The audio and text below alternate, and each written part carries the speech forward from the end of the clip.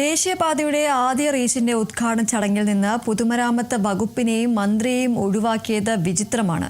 പൊതുമരാമത്ത് മന്ത്രിയുടെ മണ്ഡലത്തിലൂടെയാണ് രണ്ടാം റീച്ച് കടന്നുപോകുന്നത്. മുഹമ്മദ് റിയാസിനോടുള്ള വ്യക്തിപരമായ പ്രശ്നമല്ല, മറിച്ച് രാഷ്ട്രീയ പകപോക്കലാണിതെന്നും എം.വി. ഗോവിന്ദൻ മാസ്റ്റർ പറഞ്ഞു. കേരളത്തെ സംബന്ധിച്ചിടത്തോളം ദേശീയപാത വളരെ പ്രധാനപ്പെട്ട ഒരു വികസന പാതയാണ്. ആ പാത പ്രാവർത്തികമാക്കുന്നതിൽ ഏറ്റവും ശ്രദ്ധേയമായ ഒരു ജോലി നിർവഹിച്ച ഗവൺമെന്റാണ് കേരളത്തിലെ ഗവൺമെന്റ്. അതിൽ രാഷ്ട്രീയം കണ്ടുകൊണ്ട് നിലപാട് സ്വീകരിക്കുകയാണ് അവർ ചെയ്യുന്നത്. നമുക്കറിയുന്നത് പോലെ 5580 കോടി ഇതിനു വേണ്ടി നൽകിയത് കേരള ഗവൺമെന്റാണ്. കിഫ്ബി വഴിയാണ് നമ്മളത് നൽകിയത്.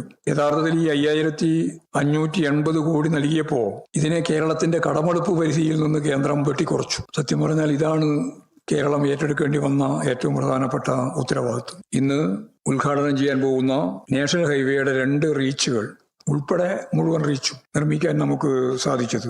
ഞങ്ങൾ ഈ സംബന്ധിച്ച് ആലോചിച്ചപ്പോ നാഷണൽ ഹൈവേ 66 ഇതിന്റെ ഉദ്ഘാടന പരിപാടിയിൽ കേരള ഗവൺമെന്റിന് വേണ്ടി നാഷണൽ ഹൈവേ അതോറിറ്റിയുമായിട്ട് ഒപ്പിട്ട പൊതുമരാമത്ത് വകുപ്പിനെ പൂർണ്ണമായിട്ടും ഒഴിവാക്കിയിരിക്കുക. വളരെ വിചിത്രമായ ഒരു കാര്യമായിരുന്നു അത് എന്ന് കാണാൻ കഴിയും. പൊതുമരാമത്ത് വകുപ്പ് മന്ത്രിയുടെ മണ്ഡലത്തിലൂടെയാണ് ഈ രണ്ടാമത്തെ ഉദ്ഘാടനം ചെയ്യുന്ന റീച്ച് കടന്നു പോകുന്നത്. രാമനാട്ടുകര അവിടെയാണ്, ആ മണ്ഡലത്തിലാണ്, ബേപ്പൂർ മണ്ഡലം. എന്നിട്ടും അദ്ദേഹത്തെ ഈ പരിപാടിയുടെ ഭാഗമായി ക്ഷണിച്ചില്ല എന്നുള്ളത് വ്യക്തിപരമായ പ്രശ്നമല്ല, കേരളത്തോടെടുക്കുന്ന BJP ഗവൺമെന്റിന്റെ രാഷ്ട്രീയമായ പകപോക്കലാണ്.